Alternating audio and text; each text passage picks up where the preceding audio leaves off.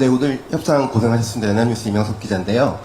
정책실장님하고 안보실장님한테 하나씩 여쭤보고 싶은데요.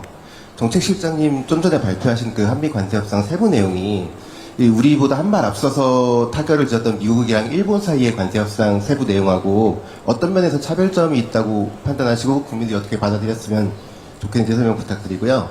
안보실장님은 아까 대통령께서 정상회담 때 중국 쪽 잠수함 추정 문제를 좀 거론을 하시면서 우리 핵잠 연료 공급 허용을 결단해달라 얘기를 하셨는데, 이런 발언이 앞으로 미국이 대중국 견제를 강화하는 흐름에 맞물려서 우리도 좀 더 그런 흐름에 적극적으로 동참하겠다는 의미로 받아들이면 되는 건지 좀 설명을 부탁드리겠습니다. 예, 일본 구조와 이제 유사한 면도 있고, 일본과 미국이 우리보다 먼저 9월 4일 날 MOU를 일본이 사인을 했죠. 그래서 그거를 우리에게 또 더 같은 조건으로 많이 또 이렇게 같이 해야 된다는 그런 이야기도 많이 했고, 일본 딜이 우리에게 준거도 됐지만 어떤 면에서는 좀 우리로서는 아까 말한 5대5 같은 경우에는 우리에게 좀 야속한 면도 있었죠. 뭐 그게 그렇게 이제 5대5로 되다 보니까 기본적으로 일본 MOU에 확보되어 있는, 일본도 매우 이제 당시에 치열하게 협상을 해서 안전장치를 우리보다 먼저 사인을 했기 때문에 우리보다 이제 훨씬 더 실질적인 협의를 해서 안전장치들이 많이 있습니다. 그래서 일본이 확보한 안전장치는 우리 MOU에 전부 그대로 이제 반영이 돼 있습니다. 그러니까 일본에 비해서 일본의 MOU에 있는 내용 우리한테 이제 결여되어 있는 내용은 없고요. 그래서 저희가 일본이 확보한 안전장치는 제가 반복하지는 않겠습니다. 그건 기본으로 다 돼 있다, 한국에. 근데 우리가 일본 MOU에 없는 그런 사항들을 많이 좀, 서로 이렇게 협상 과정을 하면서 이제 추가를 했는데, 이거는 뭐 우리가 협상 그보다 일본이라는 나라는 우리보다 훨씬 더, 대외 자산이 월등히 많은 나라고, 기초통화국. 그래서 우리만큼 그런, 이렇게 외환시장에 미치는 충격이 덜해서, 그런 어려움은 덜하죠. 그래서 우리가 외환시장에 미치는 충격이나 이런 것들에 누차 말씀드린 대로 부담을 줄이기 위해서 우리는 노력을 하다 보니까 몇 가지 일본에 없는 장치들이 이제 우리 쪽에 추가되어 있는데, 첫째는 제가 말씀드렸지만 상업적 합리성이 있는 프로젝트만 선별하여 투자한다. 이 조항은 우리는 이제 명시적 우리 쪽에 이제 돼 있고, 그다음에 현금 투자 규모도 일본은 그냥 5,500억 불로 돼 있죠. 근데 우리는 3,500억 불 전체 패키지 중에서 2,000억 불만 현금 투자고, 그래서 이 현금 투자 대비로 하면 일본 대비 우리가 36% 수준이죠. 그리고 일본과 달리 우리는 조선 분야 투자를 명시를 했습니다. 그래서 특정 중요한 한미 간의 협력이 중요한 분야이기도 하고, 그래서 우리 기업의 대미 조선업 진출 기회를 1,500억 불 특별히 이제 이건 딱 이렇게 조선업 그렇게 명시가 되어 있다는 말씀드리고, 앞서 제가 몇 번 설명드린 대로 일본에 없는 연간 투자 한도 200억 불 명시적으로 딱 이해 한도가 설정돼 있고, 그 다음에 또 우리가 이제 많이 또 이야기에서 아주 집념을 가지고 반영시킨 것이 투자 금액을, 투자가 선정돼서 초기에 이제 소위 말해 선불 이런 식으로 한꺼번에 보내는 게 아니고, 사업의 이제 기선고라고 그러죠. 사업의 진척 정도, 이렇게 기선고라는 용어를 쓰잖아요. 건설에서. 그래서 기선고 방식으로 분산 투자한다. 사업이 진행돼서 진도가 나가고 실적 투자가 그만큼 이루어진 그만큼만 돈을 그때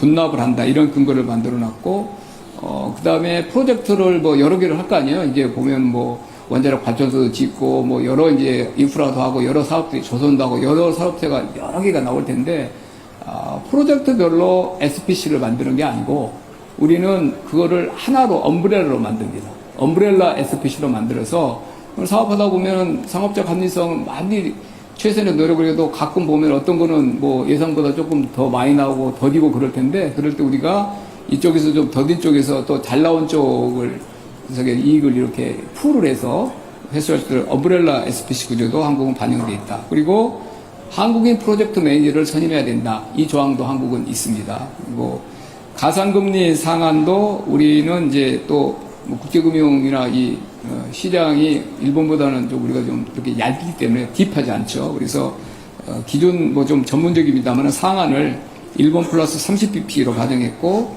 거기에 대한 기준금리도 20년 만기 미국 국채금리를 적용하니까 같은 금액 투자하더라도 한 우리가 110bp 한 1.1% P 포인트 정도로 높은 수익률을 기대할 수 있도록 그런 장치들을 여기저기 많이 확보를 했습니다.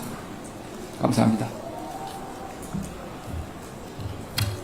네, 대통령님께서 말씀하신 취지는 꼭 특정 국의 잠수함을 지칭한다기보다는 그쪽에 북한, 중국 쪽 수역에서의 잠수함들을 말하고 그거에 대한 대처를 말씀하신 걸로 생각이 됩니다. 사실 잠수함이라는 건 아시다시피 눈에 잘 보이지 않는 일종의 스텔스 전력 같은 것이기 때문에 탐지가 어려워서 우리 주변 수역에서는 그게 누구의 잠수함이든 잘 탐지할 필요가 있고 그런 점을 강조하시는 말씀이라고 이해합니다. 네, 이번 좀 뒤쪽으로 가보겠습니다. 네, MBN 서은빛 기자님. 네. 예, 김용범 실장님께 짧게 두 가지만 여쭙겠습니다. 먼저 그 연간 한도액 200억 불을 투자하기로 한 건 그 저희가 알고 있는 캐피탈콜의 방식으로 간다고 이해를 하면 되는 것인지요. 그리고 만약에 그렇다면 그 콜을 한 번에 뭐 200억 불을 요구할 수도 있다라든지 뭐 그런 경우가 발생할 수 있는지 혹은 뭐 그럴 때 우리가 데미지를 입을 수 있기 때문에 이 안에서 또 안전장치가 있는지가 궁금하고요. 두 번째 질문은 마스카 부분인데 보증과 선박금융 등이 섞여 있는 형태라고 말씀을 주셨는데 여기에서도 현금 투자가 들어간다면 그 투자와 뭐 금융, 보증 뭐 이런 그 항목별로 비율이 각각 좀 어느 정도씩 되는지 설명을 부탁드리겠습니다. 첫 번째는 기본적으로 캐피탈콜이고요. 캐피탈콜이고 말씀드린 대로 일시에 그렇게 뭐 사업 됐다고 한꺼번에 다 보내고 그런 일은 없습니다. 사업별로 그것도 기성고 마일스톤이라고 그러죠. 영어로 마일스톤. 이게 사업이 진척되는 정도에 따라서 보내기 때문에 뭐 처음에는 착수금만 가겠죠. 착수금 정도 가고 사업이 이제 연도별로 진행되는 정도에 따라 가기 때문에 한꺼번에 일시에 그 돈이 한꺼번에 요청돼서 인출되는 일은 없다. 이렇게 말씀드리고요. 그 질문을 주신 김에 제가 말씀드리면 200억 불이 그럼 어디서 조달할 것이냐라는 게 시장에서 상당히 많은 이제 관심이었어요. 지난 한 2, 3주 동안에. 기본적으로는 이제 우리 외화 자산의 그 운용 수익을 좀 활용할 생각입니다. 그건 이제 우리 시장에서 바로 조달하는 게 아니라는 뜻이죠.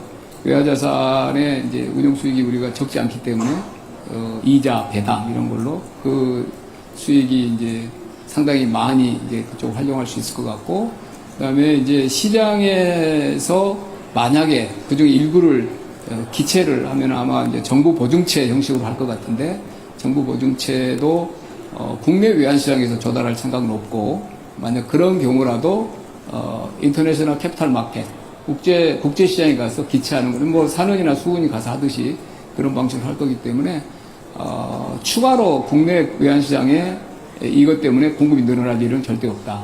그리고 국제금융시장에서도 우리 산원이나 수은이 뭐 기체할 때 이쪽 용도로 기체 금액이 아주 클 것 같지는 않다. 우리는 200억 불 연도 한도면 우리 보유 외화 자산의 운용 수익으로 거의 대부분을 충당할 수 있지 않을까라는 기대를 하고 있습니다. 다시 한번 분명히 말씀드리지만 국내 외환 시장에 신규로 충격이 되는 부분은 없다. 그렇게 말씀드릴 것 같고요. 두 번째 마스가 부분은 이제 그 선박금융이라고 그러죠. RG라고 그러죠. 선박금융이 많이 쓰이니까 RG가 꽤 많은 부분을 차지할 것 같고, 뭐 일부 대출도 있을 것 같고, 거기에도 말씀하신 대로 투자가 있을 수 있습니다. 그거는 이제 사업 성격에 따라서 뭐 분용선인지 국가가 발주하는 뭐 분용선인지 상선인지 그 조건에 따라서 결정될 것 같고, 우리가 자율성을 가지고 있다. 그래서 이 조선업 1,500억 불이라고 그래서 뒤에 있는 뭐 앞에 캐시 2,000억 불이 조선업에 아예 쓰이지 못하고 그런 건 아니고요.